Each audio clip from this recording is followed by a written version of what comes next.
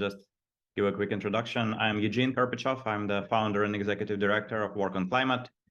And we are a nonprofit on a mission to build the workforce needed to solve climate change. And solving climate change is going to involve rebuilding every industry. And that obviously corresponds to a massive labor transition of hundreds of millions of people taking new jobs, learning new skills, and starting new companies. And the only way we can pull this off is if every institution that affects people's skills and career paths does its part in building the climate workforce. And schools play an absolutely critical part in this. That's why I'm particularly excited to present today's event, where we're bringing awareness of climate-positive business models to UPenn's respected and prominent business school. And I'm hoping that this will be a first step towards having this business school, as well as other business schools, teaching these business models as part of the curriculum, because these are the only business models we're going to have. With that, I'm handing back to you, Richard, to introduce our speakers and begin. Thank you so much for the introduction. Today we'll have, for this session, we'll have Matt Senesky as well as Ben Berman present their businesses. And yeah, we'll have Ben go first. And yeah, the format will be 10 minutes of presenting your business model, 10 minutes of each speaker presenting their business model, and then 10 minutes of audience Q&A, which will be both from the virtual side. So feel free to submit questions and answers virtually, as well as in person, in which we'll be using this handheld mic over here. I know you can see my tabs and stuff too, but I'm not going to bother with the logistics to get rid of those. You'll have to deal with my tabs up top. Hi, everyone. Really great to be here. Thanks for having me, Eugene and Richard. My name is Ben Berman. I run a company called Tomorrow Farms. We are a food tech company that I will share more about. I'm also a Wharton grad. I got my MBA at Wharton, class of 2021. Really glad to be here and talk to you all today. A bit on my journey to get here and start this company. Out of undergrad, I did management consulting for about 4 years. I spent a little bit of time at Amazon in operations and logistics, and then I went to business school. I went to business school with the full intention of going back to consulting. They were paying for business school if I went back, which many of you may have heard of and is quite a good deal. But started to think a lot about this company that I run today. I had spent time over the past 10 years as sort of a part-time food entrepreneur. First business I started was a food truck company up in Portland, Maine, where I grew up, called Mainly Burgers, that I grew to 3 trucks and 16 employees, and we had to be on the Food Network. And during business school, I was running this crazy pizza pop-up nonprofit out of my apartment in Philadelphia. I was making 20 homemade pizzas a week and lowering them out my window on a pulley system to raise money for hunger relief during the pandemic. I called it Good Pizza, and we raised about $100,000 for hunger relief, donated the whole entity to Phil Abundance. I was on Ellen and Good Morning America and Barstool, Food and Wine Magazine, The Today Show. Really proud of that initiative and really enjoyed being part of the Penn community while running that as well. Around that same time, I started part-time investing with a small venture fund as an entrepreneur in residence. And we were investing broadly in the quote-unquote future of food, which for me is the piece of the climate ecosystem that I feel like I have a real chance to make an impact in. These platforms are companies that are building precision fermentation technology, recombinant protein technology, cultivated meat technology. And in my conversation with all of these companies, all of them were pitching themselves as B2B players who wanted to be the picks and shovels, the railroad tracks, the intel inside to the future of food. And we said, that's great. I hope you raise every dollar you need to build that vision. We certainly hope you can get there. But if you're all building the intel inside for the future of food, who's building the Apple and Dell computers on top? And so we talk about Tomorrow Farms as really building the front end for the future of food. And there's a core thesis here that I think is really climate tech related. You know, I'll give you a side note here, which is Tomorrow Farms has raised about $14 million now. Our lead investor is Lower Carbon, which is an amazing group of climate tech investors who I respect immensely. And what we saw in our conversations with Lower Carbon as we started to raise and really define our thesis and our model was that we believe these food tech companies are going the same way that solar has gone over the last decade, which is they have to head to commodity scale. If you're building a platform for precision fermentation, we can talk about this more in a minute, and you're building ingredients to build better dairy products like our first partner, and I'll talk about that, Your only path to success is to commoditize those ingredients. If we want to have an impact on the planet, if we want to build a better food system, we need to get to a place where purchasing animal-free whey protein is no different than purchasing oat fiber or pea protein or sugar for that matter. And we believe that in that scenario, the commercial layer is missing. There's a few pieces of this puzzle here. One, consumers are demanding more sustainable, healthier products. Customers are thinking about the impact of the dollars that they're spending. They want to see life cycle assessment data on the products they're buying. They're tired of the large CPG companies, and there's an opportunity for us to build better in relation to customer feedback. Two, retailers, Target, Walmart, Kroger's, Albertsons, Erewhon. These are retailers who are excitedly awaiting this next generation of food, but have very little idea of how to parse through all the opportunities. In fact, they feel burned by V1 of the future of food, the Beyonds and Impossibles that are showing a slowdown. And they don't want to make big bets on single companies. Large CPG companies, similarly, are sluggish to innovate. If you're Mondelez, who we believe has done massive damage to the planet, you can do $100 million by standing up a new flavor of Oreo. And so why make a big bet on the future of food when you can launch your pumpkin spice latte Oreo flavor and do a lot more damage to your balance sheet? There's sort of no incentive for them to get into the space. Third, as we've talked about, these next-gen ingredient players have really got to commoditize their ingredients. They all want to build the Gore-Tex for the future of food. Somebody needs to build on top. And so we're building what we talk about as the production and distribution layer. The idea is to harness technology to sort of tangibly build the future of food. And our bet is that these ingredients are going to become more and more commoditized so that we, as a climate-first company, can build a next-generation Unilever, a next-generation General Mills. I think as you'll hear today in all of your conversations, the most exciting, I have no doubt about it, work that's being done in climate right now is all deep tech. People are doing incredible work on the deep tech side of this equation. And a lot of the companies that are in the sort of investor portfolios that we sit in are doing that work. There aren't enough companies, we believe, solving the commercial challenge on top of it, who are really thinking about consumer adoption, how to harness this tech to build, in our case, the future of food. And so I'm not going to go too deep into our business model today. In short, we work with deep tech food science companies to commercialize their proteins. We're building a portfolio of better for you, better for the planet alternatives. I'll talk about our first in a second. But we're really thinking specifically about consumer intent and speed to market as we focus on building the production and distribution layer. This is what that looks like.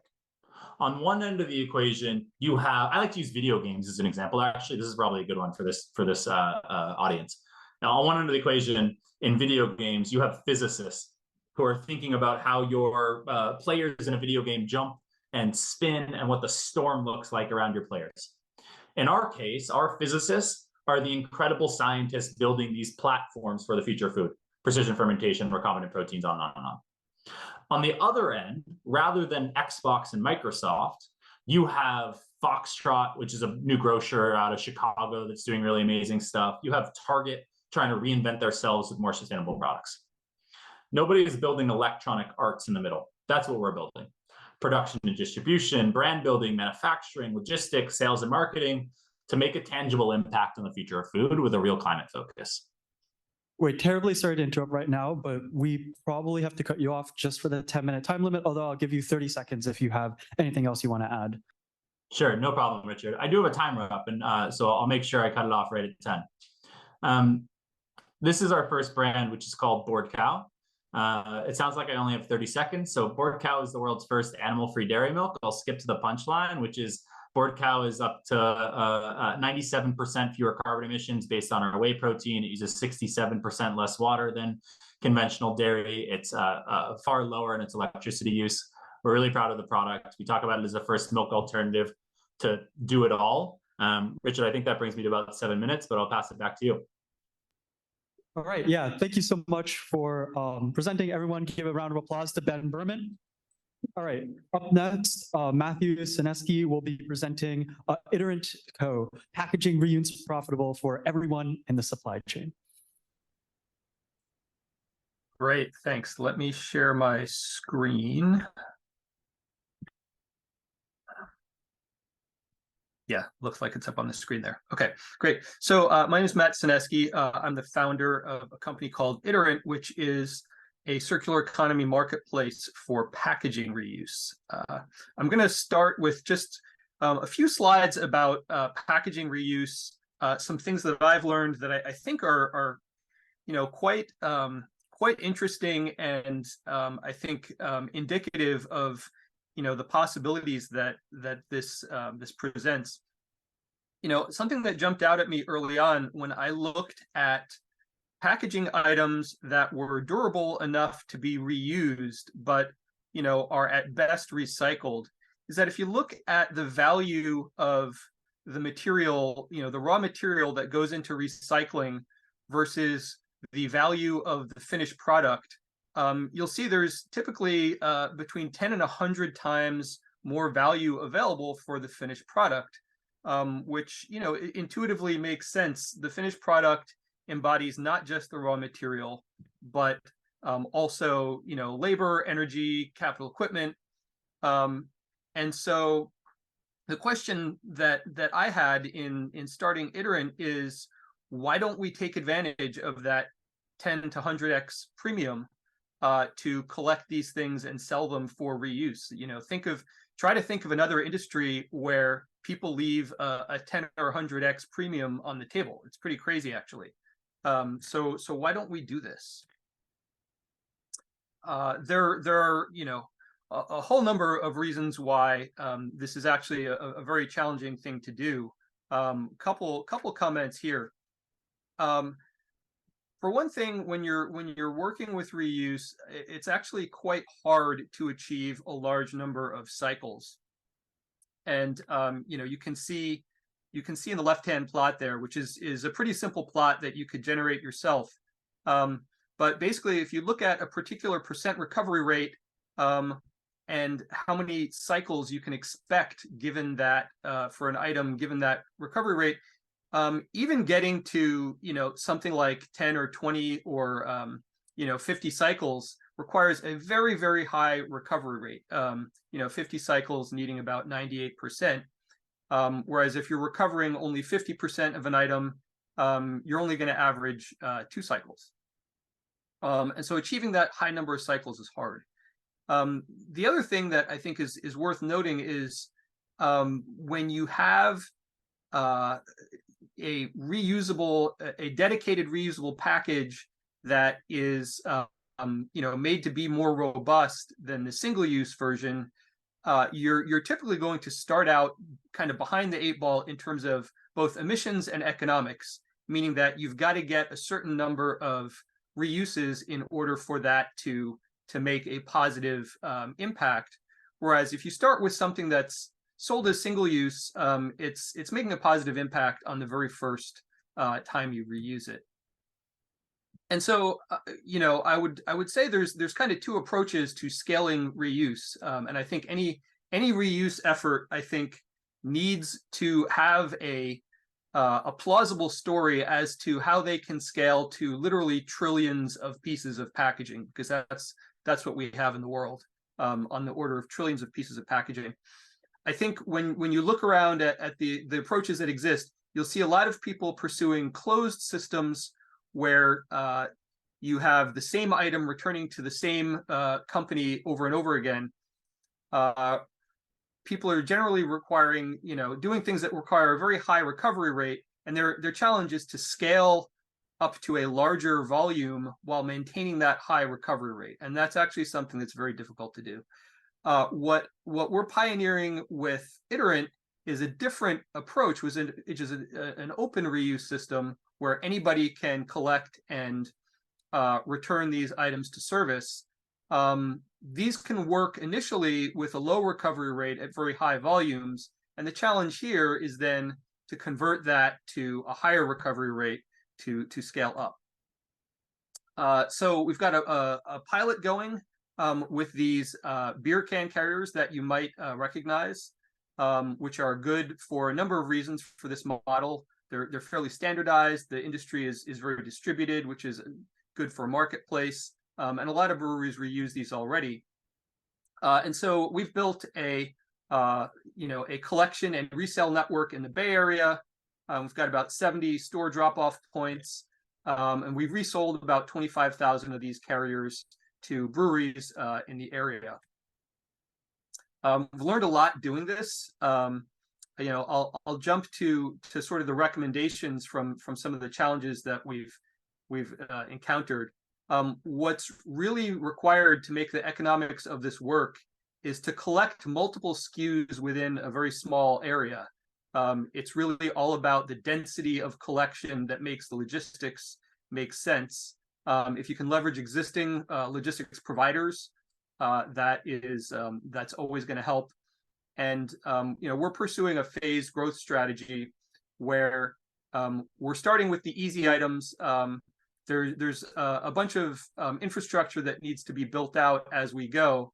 And the idea is that with the momentum, we can justify the additional infrastructure.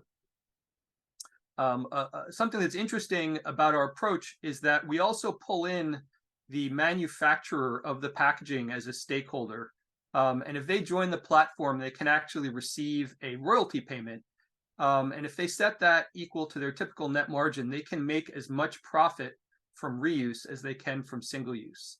And so this is a powerful incentive to get manufacturers and brands on board with reuse, because they can actually have a real revenue stream from it.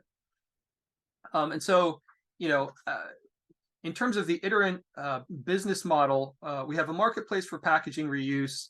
For sellers, it enables them to easily collect and resell multiple SKUs, provide various sort of compliance and certification standards, and actually receive manufacturer support for items where manufacturers have joined the platform. Buyers can source this sustainable packaging, which is going to be the same package that they already use. So, essentially no challenge to transition. It's the same thing they already use, but it's more sustainable and lower cost. And the model is basically, you purchase what you need. You don't have to get involved in a service type of model. And particularly for packaging manufacturers and brands, it allows them to monetize their existing products. They can potentially implement EPR-like management systems for their products, and they can connect with this community of buyers and sellers and kind of use this platform like a CRM tool to build communities of reuse for their products. And that's it. Thank you so much. Everyone give a round of applause for Ben. Amazing. Around now, we'll be opening up to Q&A. So the way that Q&A will work, is that there will be two ways in which you can submit a question. First, you can just be here in the room, and afterwards, we'll have Ian run mics up and down. And the second way is you can submit a question virtually via the Q&A feature on Zoom. So we'll try to alternate between those two, depending on how much we get from each. Thank you very much.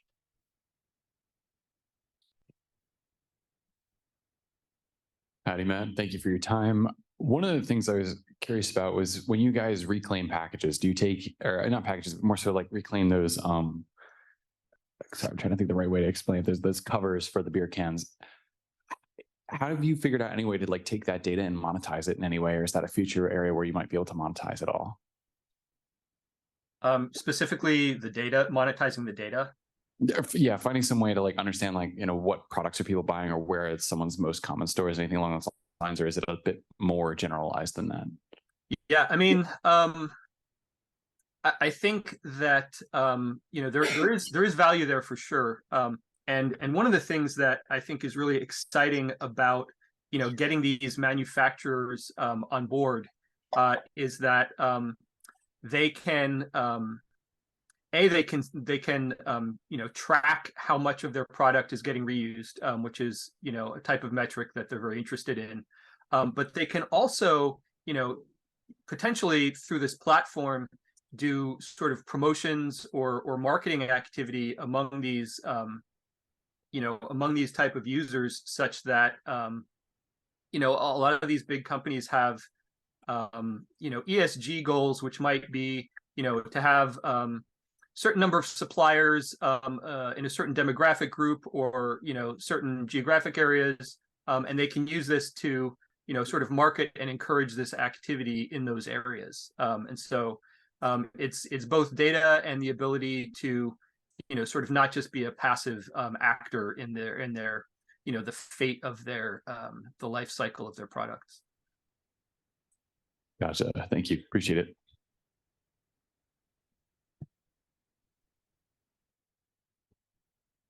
Thank you. Do you have plans to expand to consumers, the marketplace? Because it seems like right now it's B2B. It is indeed B2B.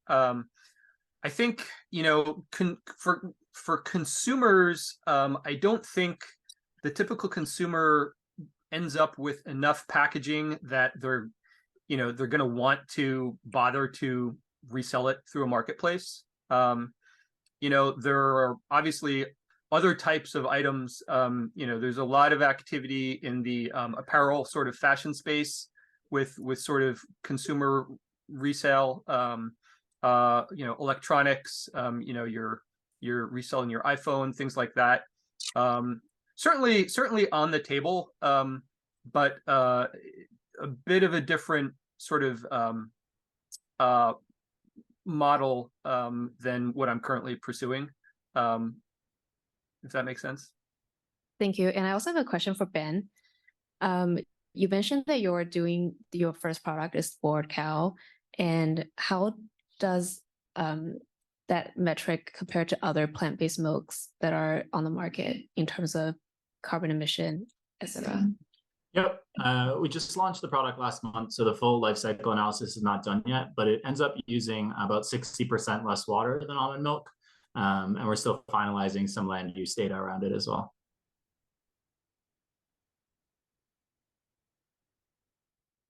Yeah, being that you're B2B, how are you planning on doing your marketing?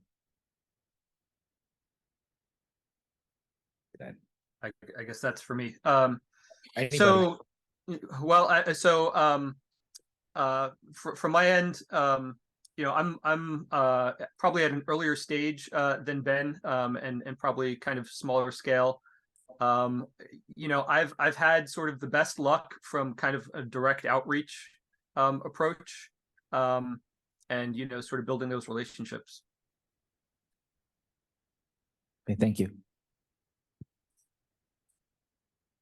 I guess a question that I have personally too for Ben would be, when it comes to sourcing, I guess like these deep tech partnerships for commercialization, what criteria do you use to evaluate companies, and how do you pick which ones to start with? Yeah, I think we're getting better at what the sort of, business development scorecard looks like. I'll say this, we commercialize in 3 ways. One, we gain super high conviction around key product areas like animal-free dairy, and we find the right partner to build that product with. In this case, I know we didn't get to it, but it's an amazing company called Perfect Day that's based out in Berkeley. They're a precision fermentation company that makes animal-free whey protein. We use that whey protein in our stack to make animal-free dairy milk that we're really proud of. Second, we talk to a lot of deep tech food science companies now about commercialization as a service. If you're already building a plant-based burger using a novel protein, for example, it doesn't make a lot of sense for you to stand up that consumer part of your business. It's as if you're standing up a whole new company. The main metric you're being evaluated against by investors is your ability to sell your ingredient if you're one of these B2B players. And you're now competing against the other partners that you're pitching in a B2B manner. And so we work with a lot of those companies. Well, they'll pay a subscription fee to the Tomorrow Farms platform, and we can help launch products or launch the product completely for them, as we really think about the consumer side of this equation. Third way that we commercialize, which is newer for us, is by working as the outsourced innovation arm for consumer-facing entities like Starbucks or a large CPG company or even a retail outlet like Target or Albertsons, where those companies are saying, hey, Starbucks has a gap on their menu where they're not thrilled with their plant-based bacon option, and they want to be driving down the emissions of their menu. Rather than making a bet on an Impossible and Beyond, we can act as the outsourced innovation arm to come to them with 5 scalable prototypes of what a plant-based bacon could look like, because we're not tied in any single tech platform. So we've pulled from our favorite fat partner and our favorite textured protein partner to build something really unique for the Starbucks menu. And that really allows us to sort of climb the consumer adoption curve a lot faster than you would be able to otherwise, which in turn starts to really make an impact on, affect the impact of the products that we're eating.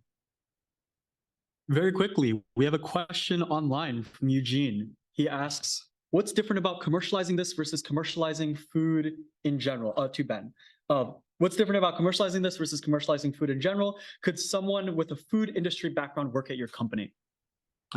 So to answer the second question first, yes, absolutely. Our work starts with food applications. We have a large and best-in-class food application team because we're thinking about how to best harness these ingredients to make the future food. Like Perfect Day doesn't actually make milk, they make whey protein.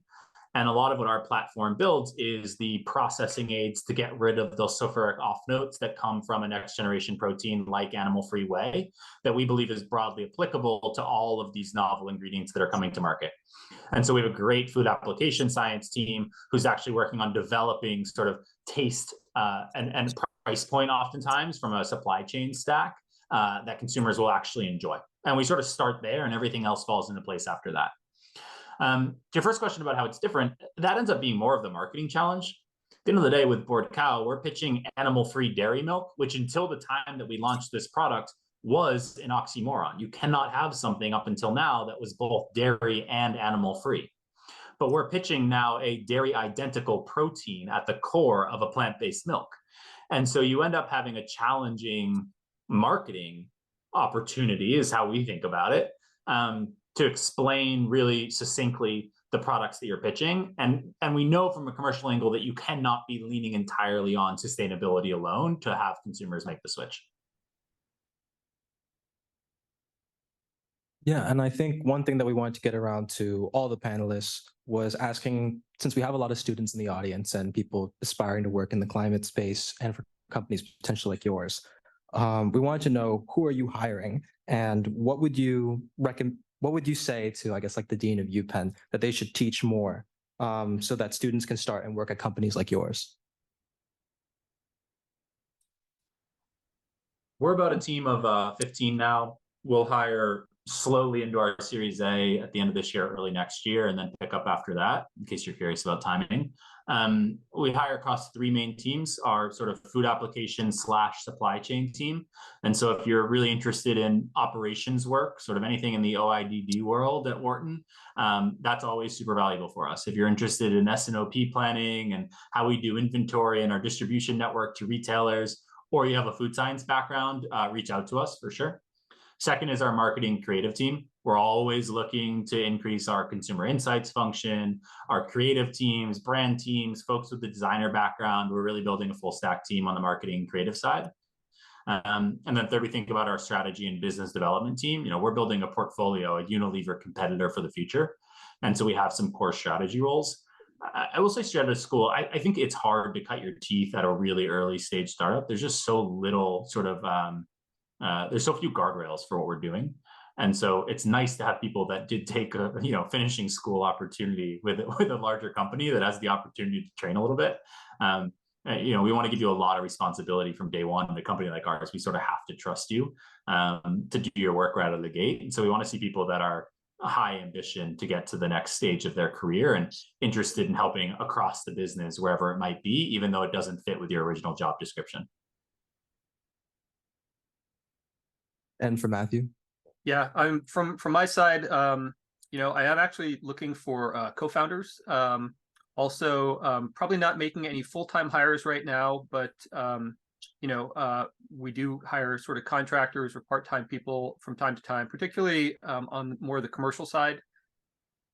My background is more technical, so happy to chat with anybody interested in either of those things. With regard to the other question, I would say that one of the biggest things that jumps out at me in this space is, how many of these challenges that we're trying to address in climate are really coming down to big system level challenges. From a, sort of the educational side, I would say it really is incumbent to really go back to first principles and think about, how should this be done rather than how it is done, and then try to plot a course for, between those two things, right? So for, in the example on, my first slide, hey, this stuff has value that we're essentially just throwing away. Why is that, and how can we get that back into, into circulation, and how does that additional value unlock different business models? But it requires you to kind of go back to some of these first principles rather than take the world as it is, because some of these kind of incumbent systems are, essentially part of the problem, to be very frank about it. All right. With that, we're 2 minutes over time, but yeah, let's go ahead and thank our panelists. Thank you very much, and round of applause. I just want to make one final comment, just for people in the audience who probably came to learn what it's like to work on climate. These in front of you are examples that you can use to tell your friends about what climate work is like. Like Matthew and Ben, they're not climate scientists. They're business people who are hiring other business people to do business. So thank you. Yeah, thank you very much, Eugene, for the comment. And we'll be starting our next session at 3:45 p.m. The next session will be on carbon markets. And yeah, thank you very much for being with us. And yeah. Thank you all.